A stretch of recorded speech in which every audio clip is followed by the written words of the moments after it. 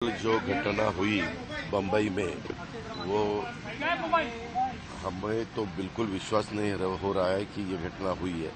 लेकिन हमारा एक नेता बाबा सिद्दीकी, ये बहुत सालों से पॉलिटिक्स में काम कर रहे हैं। यहाँ बम्बई में उन्होंने कॉरपोरेटर के नाते भी शुरू में काम किया 10 साल, और उसके बाद कांग्रेस के एक एमएलए के नाते भी उन्होंने 99, 2004, 2009 ऐसे 3 टर्म वो चुनाव जीत के आए।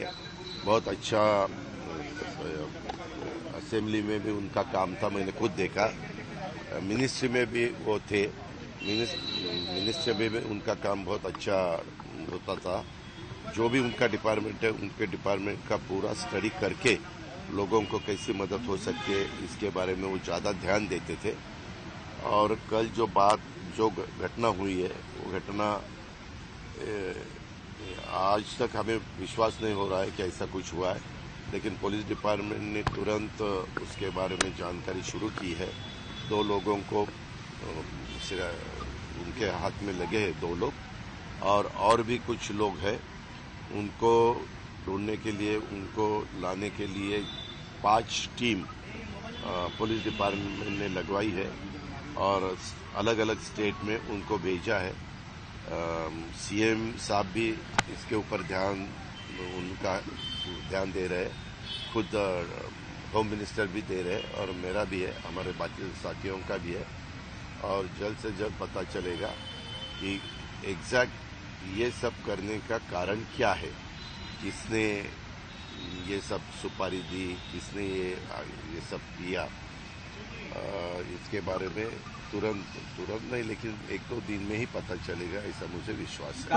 और आज 8:30 बजे बड़ा कब्रिस्तान मरीन लाइन्स में जो है, वहाँ उनको दफनाया जाएगा। सरकारी इत्मीनान दफनाया जाएगा, राजकीय सम्मान से।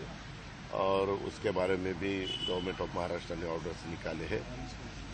और अभी थोड़ी देर के बाद पोस्टमार्टम होने के बाद उनको उनके घर में लेके जाने वाले हैं। और वहाँ कुछ टाइम रखने के बाद उनकी जो कॉन्स्टिट्यूंसी है, वहाँ लोगों को दर्शन के लिए रखने वाले हैं। और फिर बाद में रात को 8:30 बजे ये सब उनके दफनाने की पूरी ये हो जाएगा। दादा, अपोजिशन लीडर यहाँ आए थे, उन्होंने कहा कि कानून व्यवस्था फेल हो चुकी है। अब पूरे महाराष्ट्र में सबको बुलेट प्रूफ जैकेट दे देना चाहिए, क्योंकि सरकार और ये सब फेल है, सबको इस्तीफा देना चाहिए। देखो, वो तो बोलेंगे ही बोलेंगे, ये ऐसा बिल्कुल नहीं होना चाहिए था। अभी अपोजिशन वालों क्या बोलेंगे, वही बोलेंगे। लेकिन हमारा काम है कानून ठीक रखना, कानून व्यवस्था ठीक न रखना, और उसके बारे में और भी जो भी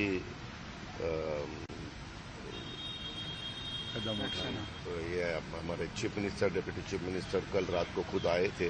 उनसे पता चला, क्योंकि कल मैं पूना में था, मैं सुबह यहाँ पहुँचा।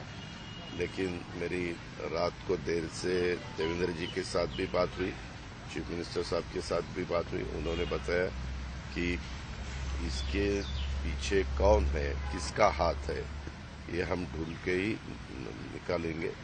हम जरूर उसका बंदोबस्त करने वाले हैं, जिन्होंने ये सब कदम उठाया।